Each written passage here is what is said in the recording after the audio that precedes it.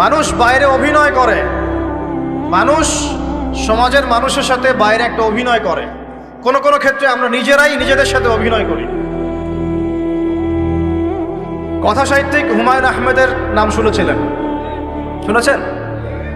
ইন্তেকাল করেছেন। তিনি তার বইয়ের মধ্যে লিখেছিলেন যে এই পুরো দুনিয়াটা হচ্ছে অভিনয়ের মঞ্চ। কথা সাহিত্যিক তিনি বলছেন তার মতো করে এই পুরো দুনিয়াটাই অভিনয়ের মঞ্চ, আর আমরা সবাই নিজ নিজ জায়গায় অন্যের সাথে অভিনয় করছি। কোনো কোনো ক্ষেত্রে আমরা নিজেরা নিজেদের সাথে অভিনয় করছি। তিনি বলছিলেন আমরা সবাই অভিনেতা, আর সবচেয়ে বড় অভিনেতা হচ্ছে পলিটিশিয়ানরা, কারণ তাদেরকে অনেক বড় মঞ্চে অভিনয় করতে হয়। এটা আমার কথা না, হুমায়ুন আহমেদের কথা, পড়ে দেখেন তো। আল্লাহ পাক পাঠিয়েছেন তার ইবাদত করতে, আর এই বস্তুবাদী জগৎ আমাদেরকে ভুলিয়ে দিল কিভাবে?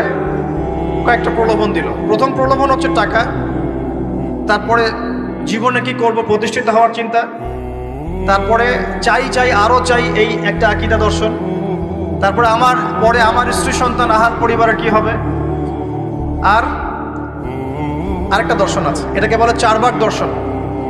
এবং দুঃখের সাথে বলতে হয় আমাদের রবীন্দ্রনাথ ঠাকুর কিন্তু এই দর্শনের মানুষ ছিলেন। চারবাক কিরকম?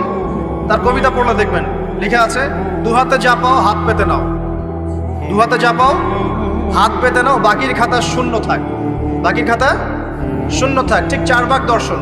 এটা ফিলোসফি পড়েছেন, এখানে অনেক টিচারও আছেন আমি জানি, তারা এই কথাগুলো বুঝবেন। চারবাক দর্শন কেমন? ঋণ করে ঘি খাও, ঋণ করে ঘি খাও, যতদিন বাঁচবে সুখে বাঁচবে, এটা হলো চারবাক দর্শন। তো দুহাতে যা পাও হাত পেতে নাও, বাকির খাতা শূন্য থাক, মিল আছে না? ঋণ করে হলো ঘি খান, যেভাবে হোক ঘি খান আপনি, মানে ঋণ করে হলো ঘি খান, যতদিন বাঁচবেন সুখে বাঁচবেন। তাহলে এই দর্শনগুলো বস্তুবাদী না? বুঝতে পারছেন কিনা? ম্যাটেরিয়ালিজম, বস্তুবাদিতা, মানে আপনি চোখের সামনে যা দেখছেন এই দুনিয়া, যেভাবে হোক অর্জন করে নেন, বাকির খাতা শূন্য থাক। ইসলামিক কনসেপ্ট এর টোটাল ডিফারেন্ট কনসেপ্ট। ইসলামের ঈমান, আকীদা, ইসলাম, পরকাল, মুহাম্মদ সাল্লাল্লাহু আলাইহি ওয়াসাল্লামের আদর্শ সম্পূর্ণ ডিফারেন্ট। আমরা বলি কি এই দুনিয়াতে আমরা মুসাফির, দুনিয়াতে আমরা কি মুসাফির, কে কতদিন থাকবো কোনো ঠিক নাই। নবীজি বলছেন, হে আব্দুল্লাহ বিন ওমর, তুমি দুনিয়াতে মুসাফিরের মতো থাকো, সকালবেলা উঠলে সন্ধ্যার অপেক্ষা করো না, সন্ধ্যাবেলা হলে সকালের অপেক্ষা করো। দর্শনের মধ্যে কত পার্থক্য না? আকাশ পাতাল পার্থক্য না? এখন যদি এই বস্তুবাদী দর্শন দিয়ে আপনি চলাফেরা করেন, তাহলে তো আপনার লাইফের অ্যাম্বিশন হবে একটা ফ্ল্যাট, আর ওটা এনি হাও আপনাকে অ্যাচিভ করতে হবে, legal way or illegal way, আপনাকে অ্যাচিভ করতেই হবে, অ্যাচিভ করতেই হবে, যেহেতু আপনার মোটিভটা হচ্ছে ম্যাটেরিয়ালিজম, বস্তুবাদিতা। আর নবী সাল্লাল্লাহু আলাইহি ওয়াসাল্লাম কি বলছেন? সকালে ঘুম থেকে উঠলে সন্ধ্যার অপেক্ষা করো না, সন্ধ্যাবেলায় থাকলে সকালের অপেক্ষা করো না। তুমি দুনিয়াতে মুসাফিরের মতো থাকো, তোমার যতটুকুতে দুনিয়া চলে যায় এতটুকুতে সন্তুষ্ট থাকো। নবীজি আরো বলছেন, তুমি কখনো উপরের দিকে চোখ দিয়ে হেঁটো না, রাস্তায় যখন হাঁটবে উপরের দিকে দেখো না। লা তানজুরু ইলা মান হুয়া আসফালা মিনকুম, যারা তোমাদের উপরে আছে ওদের দিকে দেখো না, বরং তুমি দেখো যে তোমার নিচে কারা আছে। আবার বলছি, নবীজি বলছেন, তোমরা হাঁটবে যখন রাস্তায় চলাফেরা করবে, তোমাদের উপরের দিকে দেখবে না, তোমাদের উপরে কারা আছে। অলওয়েজ দেখবা তোমাদের নিচে কারা আছে, তোমাদের চেয়ে খারাপ কারা আছে। এক ভাইকে আপনি দেখবেন আপনি সুস্থ, তার হাত নাই। আরেক ভাইকে দেখবেন আপনি সুস্থ, তার চোখ নাই। এক ভাইয়ের পা প্যারালাইজড হয়ে গেছে, এক ভাইয়ের বডি প্যারালাইজড, একজন হার্টের রোগী, একজন ডায়াবেটিসের রোগী। আপনি সুস্থ আছেন, অথচ ওই ব্যক্তির অনেক টাকা পয়সা আছে, আপনার নাই। এখানে কে ধনী বলেন দেখি, আপনি না সে? আপনার সুস্থতা আছে। আরেক ভাইয়ের অনেক বড় বড় ফ্ল্যাটস, কিন্তু আপনার এতটুকু নাই, ছোট্ট একটা বাসা। আপনার কষ্ট লাগে, আমারও যদি এমন হতো। ওই বাসায় গিয়ে দেখলেন যে ইন্টারনালি সে ব্যক্তি সুখে নাই, তার পরিবারে অশান্তি, হৃদ্যতা, ভালোবাসার বন্ধন নাই, আপনার পরিবারে আছে। একটা রিক্সাওয়ালা সারাদিন রিক্সা চালিয়ে 500-1000 টাকা আর্ন করে বাসায় চলে গেল, গিয়ে বাসা আলু ভর্তা, ডিম ভাজা, ডাল দিয়ে ভাত খাচ্ছে, সুখে আছে দিব্যি, বউয়ের সাথে গল্প করছে, চাঁদ দেখছে। আর সেই তো কবে আপনি ওয়াইফ কিনে চাঁদ দেখেছেন ঠিক নাই। আপনি টাকা অর্জন করার নেশায় বছরের পর বছর স্ত্রী থেকে দূরে আছে, দেখারই সৌভাগ্য হয় না। আসলে সুখ কাকে বলে? সুখটা কি জিনিস? ঢাকাবাসীকে সুখ বোঝানো দরকার। সুখটা কি জিনিস? সুখটা হচ্ছে ইন্টারনাল পিস। যখন আপনি বা আমি নিজেকেও বলছি, যখন আমরা আল্লাহকে পাবো, আল্লাহ পাকের ইবাদতের মধ্য দিয়ে, রাসূলের সুন্নতের মধ্য দিয়ে অল্পে তুষ্ট থাকতে পারবো, যা আছে এতে শুকরিয়া আদায় করব, আপনার চেয়ে সুখী মানুষ দুনিয়াতে কেউ নাই, কেউ নাই দুনিয়াতে। কিন্তু বস্তুবাদিতা আপনাকে এই আকীদা আদর্শ থেকে সম্পূর্ণ ডিমোটিভেট করে দিবে। আপনাকে খালি চাই আরো চাই। ওই যে দু হাতে যাবো হাত পেতে নাও, বাকির খাতা শূন্য থাক। আর আমাদের দর্শন দু হাতে যাবো হাত পেতে নাও না, বরং দুনিয়াতে যতটুকু পাও এতটুকুতে সন্তুষ্ট থাকো, বাকির খাতা শূন্য থাক না, বাকির খাতা পূর্ণ হোক। মানে পরকালটা বাকির খাতা না, পরকালের বাকির খাতাটা পূর্ণ হোক। প্রয়োজনে দুনিয়ার সব চলে যায় যাক, প্রয়োজনে দুনিয়ার সব যদি চলেও যায় যাক, তারপরে বাকির খাতা কি হোক? পূর্ণ হোক। এটাই আল্লাহ রাব্বুল আলামিন সূরা আ'লার মধ্যে বলছেন, বাল তুসিরুনাল হায়াতাদ দুনিয়া, তোমরা এই দুনিয়ার জীবনটাকে প্রাধান্য দিয়ে থাকো। ওয়াল আখিরাতু খায়রুন ওয়া আবকা, কিন্তু আখিরাত হচ্ছে সবচেয়ে উত্তম এবং চিরস্থায়ী। তো প্রিয় ভাই এবং বোনেরা যারা আলোচনা শুনছেন, আজকে আমাদের প্রথম সবক হওয়া উচিত দুনিয়ার নেশায় আমরা না পড়ি। আল্লাহ পাক আমাদেরকে তৌফিক দান। এর মানে এই না আমরা দুনিয়ার প্রোগ্রেসে যাব না, অবশ্যই যাব, আমরা অবশ্যই যাব। পুরো নেশন জাতিগতভাবেই আমাদেরকে এই ওয়ার্ল্ডের সমকক্ষ তো হতে হবে, হবে কি না? আমরা কি ওয়ার্ল্ডের সমকক্ষ হতে পেরেছি? আপনাদের কি মনে হয় যে মিলস, ইন্ডাস্ট্রিজ, ফ্যাক্টরিজ, সেতু, ফ্লাইওভার এইগুলো করলেই মনে হয় যে ওয়ার্ল্ডের সমকক্ষ হওয়া যায়? প্রত্যেক জনগণ ভিতর থেকে সুখী কিনা, তাদের অন্ন, বস্ত্র, চিকিৎসা, শিক্ষা, বাসস্থান, এই যে মৌলিক চাহিদা, বেকারত্ব ঘোচানো, তিন বেলা খেয়ে পরে বাঁচা, জীবনের অধিকার, সিকিউরিটি, এই জিনিসগুলো আমাদের নিশ্চিত হচ্ছে কিনা, এটা হচ্ছে আপনার উন্নতির মানদণ্ড। উন্নতির মানদণ্ড কি? আমরা এখন যেখানে আছি না, 1776 সালে অ্যাডাম স্মিথ তার চেয়ে আগের জায়গায় ছিল। 1776 সালে অ্যাডাম স্মিথ একটা বই লিখেছেন, তার নাম হচ্ছে যে দি ওয়েলথ অফ নেশন, এই কিভাবে একটা রাষ্ট্রের ওয়েলথ ফাংশন করে। ওই 1776 সালে তিনি যে চিন্তাগুলো করেছেন, এখন পর্যন্ত আমরা সেই চিন্তা বাস্তবায়ন করতে পারি নাই। 1776 সালের চিন্তা, কিন্তু ওই চিন্তা বাস্তবায়ন করেছে পশ্চিমারা। পশ্চিমা সভ্যতা যেটা আপনি দেখছেন দাঁড়িয়ে আছে, এই একটা বইয়ের উপর দাঁড়িয়ে আছে। যেমন একটা এক্সাম্পল দিই, আলোচনাটা কঠিন হয়ে যাবে, অন্যদিকে যাব। আমরা মনে করি যে অর্থনীতি আমরা নিয়ন্ত্রণ করব, ঠিক আছে, অর্থনীতির পুরো বিষয়গুলো আমরা নিয়ন্ত্রণ করে আমরা সমৃদ্ধি নিয়ে আসবো। আসলে বিষয়টা কি জানেন? অর্থনীতির নিজের একটা ফ্লো আছে, ও নিজেই নিজেকে নিয়ন্ত্রণ করে, এবং তার উপর একটা ইনভিজিবল হ্যান্ড থাকে, অদৃশ্য হাত, যেটা আমরা বলি আল্লাহ রাব্বুল আলামিন। আল্লাহ রাব্বুল আলামিন এই পুরো অর্থনীতিকে নিয়ন্ত্রণ করে। আমরা যখন সেটাকে ইন্টারফেয়ার করতে যাব, তখন ইকোনমি কলাপস করে যাবে। এই যে করছে কলাপস। আরো ব্যাপার আছে, শুধু ব্যবসা, অর্থনীতি, এক্সপোর্ট ইম্পোর্ট, এগুলোকে তিনি জাতির মানদণ্ড বলতেন না। তিনি বলতেন যতক্ষণ পর্যন্ত জাতির প্রত্যেক ব্যক্তির মধ্যে এথিক্স না আসবে, নীতি যতক্ষণ পর্যন্ত না আসবে, আপনি করাপশন থামাতে পারবেন। তাই হয়েছে না? শুধু ব্যবসা না, আদর্শ কতটুকু আছে? এই যে আপনি দেখছেন বিভিন্ন জায়গায় ভেজাল খাওয়াচ্ছে, ওদের কি টাকার অভাব আছে? ওদের টাকার কিন্তু অভাব নাই। নেম ফ্রেমের কোনো ঘাটতি আছে? এস্টাবলিশড বিজনেস, তাহলে কেন আপনাকে ভেজাল খাওয়াবে? কারণ তার মধ্যে এথিক্স নাই, নীতি নাই। এই জন্য জাতির প্রত্যেক সদস্যকে, মানে প্রত্যেক জনগণের প্রত্যেককেই আগে নীতিগত শিক্ষা দেওয়া উচিত। আর এই কাজটাই করে ইসলাম। বলে সুবহানাল্লাহ। এই এথিক্স এবং নীতি শেখায় কে? ইসলাম। ইসলামের চেয়ে সার্বজনীনভাবে এবং যুগোপযোগীভাবে কেউই এথিক্স শেখাতে পারবে না।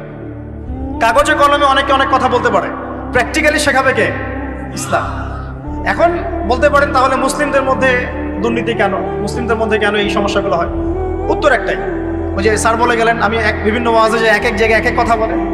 উত্তরটা কি? উত্তরটা হচ্ছে যে কোরআন এবং সুন্নাহর সঠিক যে শিক্ষাটা আছে, এই শিক্ষাটা আমরা অনেকেই বাস্তবায়ন করতে পারছি না। এটা আমাদের ব্যর্থতা। এটা কাদের ব্যর্থতা? এটা আমাদের ব্যর্থতা। এখানে আমাদের ব্যক্তি স্বার্থ থাকতে পারে, এখানে আমার জ্ঞানের স্বল্পতা থাকতে পারে, আমার ভিতরে অহংকার থাকতে পারে, বা আমি অল্প শিক্ষিত হতে পারি, এবং এমন হতে পারে আমার জ্ঞানটা যুগোপযোগী না। ইসলামিক জ্ঞান আমার মধ্যে আছে, কিন্তু কিভাবে এই জ্ঞান দিয়ে ওয়ার্ল্ডকে ডিল করবো এই জ্ঞানটা আমার মধ্যে নাই। এই কারণে আমরা হয়তোবা ইসলাম কোরআন সুন্নাহ হাতে থাকার পরেও এই সমস্যাগুলো ফেস করছি। প্রথম সমস্যা হচ্ছে বস্তুবাদিতা। আল্লাহ পাক আমাদের সবাইকে যারা আলোচনা শুনছে দুনিয়ার প্রেমিক হওয়া থেকে বাঁচাক বলি আমি। দুনিয়ার প্রেমিক না, প্রেমিক হবো কার? আল্লাহর আখিরাতে। কতটুকু দাম আছে দুনিয়ার? আল্লাহ পাক বলছেন একটা মাছির পাখার সমানও না। একটা মাছির পাখার কি দাম আছে আপনার কাছে? আল্লাহ পাক বলছেন পুরো দুনিয়ার দাম আমার কাছে যদি একটা মাছির পাখার সমান হতো তাহলে এই দুনিয়াতে কোনো কাফের মুশরিক পানি পান করতে পারত। তার মানে এই দুনিয়াতে যা করো করো, আমার তো কোনো দামই নাই দুনিয়ার।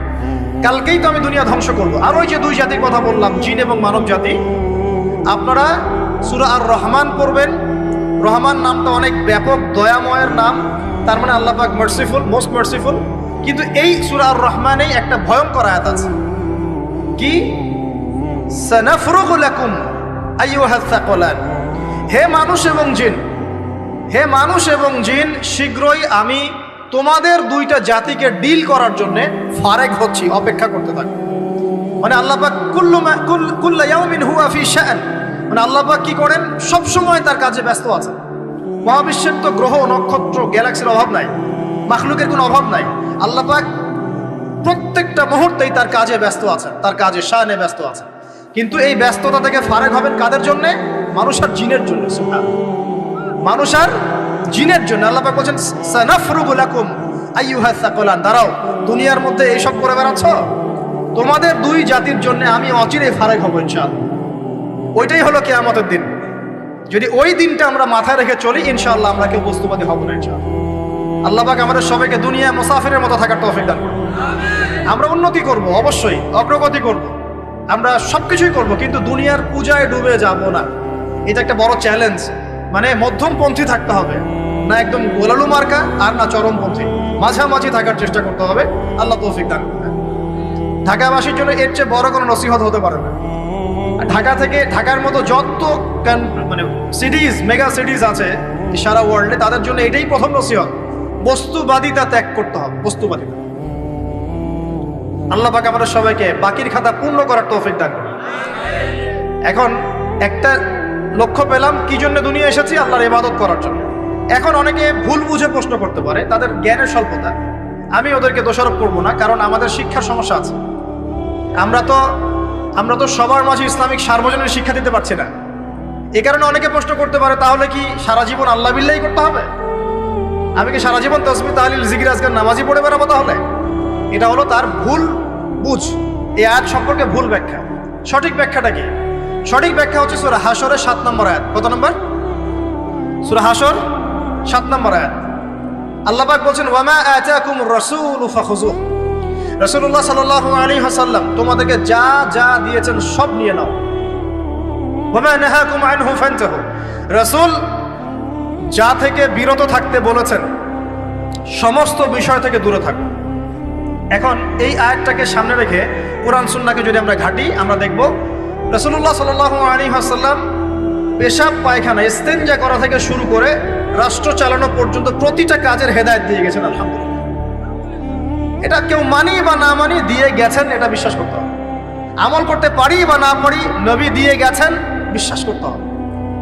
দলিল চাচ্ছেন, আপনি সহিহ বুখারী খোলেন, মুসলিম খোলেন, তিরমিজি, নাসাই, আবু দাউদ এগুলো খোলেন, দেখবেন আপনি ইস্তেনজা করবেন কিভাবে, বসবেন কিভাবে, ঢোকার সময় কোন পা দিয়ে ঢুকবেন, বের হওয়ার সময় কোন পা দিয়ে বের হবেন, ইস্তেনজা করার সময় কথা বলতে পারবেন কিনা, কতটুকু বলতে পারবেন, গোসল কেমন করে করবেন, ওযু কিভাবে করবেন, আপনি আগে কি পা থেকে শুরু করবেন নাকি হাত থেকে শুরু করবেন, কিভাবে নামাজ পড়বেন, আগে গিয়ে কি সিজদা করবেন নাকি ইকামত হবে, আজান হবে, আল্লাহু আকবার তাকবীর দিবেন, কিভাবে নামাজ শেষে বের হয়ে আপনি ব্যবসায় চলে যাবেন, কিভাবে আপনি ব্যবসা করবেন, কিভাবে চাকরি বাকরি করবেন, সমাজের মানুষের সাথে মেলামেশা করবেন, মানুষকে দিনের দাওয়াত দিবেন, ইভেন কিভাবে আপনাকে যদি আল্লাহ ক্ষমতা দেন আপনি কিভাবে সোসাইটি মেনটেন করবেন, সমাজ এবং রাষ্ট্র মেনটেন করবেন, প্রতিটা হেদায়েত খুঁটিনাটি কোরআন এবং সুন্নাহ দিয়েছে আমাদেরকে। এই বিশ্বাস আগে রাখতে হবে। এই বিশ্বাস না রাখলে কেউ মুসলিম হতে পারবে না। I am very sorry to say, এই বিশ্বাস না করলে কেউ মুসলিম হতে পারবে না। আগে বিশ্বাস, তারপরে কাজ করতে পারেন কিনা সেটা পরের ইস্যু। এবং আমি বলে দিচ্ছি, এই যুগে আপনি 100% পারবেন না। সিম্পল, এই যুগে আপনি 100% পারবেন না, এটা স্বাভাবিক। কারণ এই পুরো বিশ্বটা তো আর ইসলামাইজড না। পুরো বিশ্ব কি ইসলামাইজড? বরং পুরো বিশ্বটা কুফুরের উপর আছে। কিসের উপর আছে? পুরো ওয়ার্ল্ডটাই কুফুরের উপর আছে, পুরো ওয়ার্ল্ডটাই। একটা এক্সাম্পল দিয়ে আমি প্রমাণ করতে পারি, একটা এক্সাম্পল খালি। আল্লাহ পাক বলছে সূরা মুলক, রাতের বেলা পড়তে হয় না সূরা মুলক? রাতের বেলা সূরা মুলক পড়তে হয়, যে পড়বে তার কবরের আযাব হবে না ইনশাআল্লাহ। কবরের আযাব থেকে আল্লাহ পাক তাকে বাঁচাবেন ইনশাআল্লাহ। সূরা মুলক তেলাওয়াত করতে হবে রাতের বেলা। এই সূরার প্রথম আয়াতে আল্লাহ বলেছেন তাবারাকাল্লাযী, বরকতময় সেই আল্লাহ, বিয়াদিহিল মুলক, যার হাতে পুরো মহাবিশ্বের ক্ষমতা। কার ক্ষমতা? তাবারাকাল্লাযী বিয়াদিহিল মুলক, বরকতময় সেই আল্লাহ যার হাতে পুরো মহাবিশ্বের ক্ষমতা, সার্বভৌমত্ব। ক্ষমতার বাংলা কি বলতে পারি আমরা? এটাকে ইংরেজিতে আপনারা কি বলেন? আপনারা বলেন সভারেন্টি। কি বলেন? সভারেন্টি বিলংস টু আল্লাহ। এখানে সভারেন্টি বিলংস টু কি? আল্লাহ। কিন্তু এই পুরো বিশ্বের সার্বভৌমত্বের মালিক কি এখন আল্লাহ বাকি আছে? মানুষ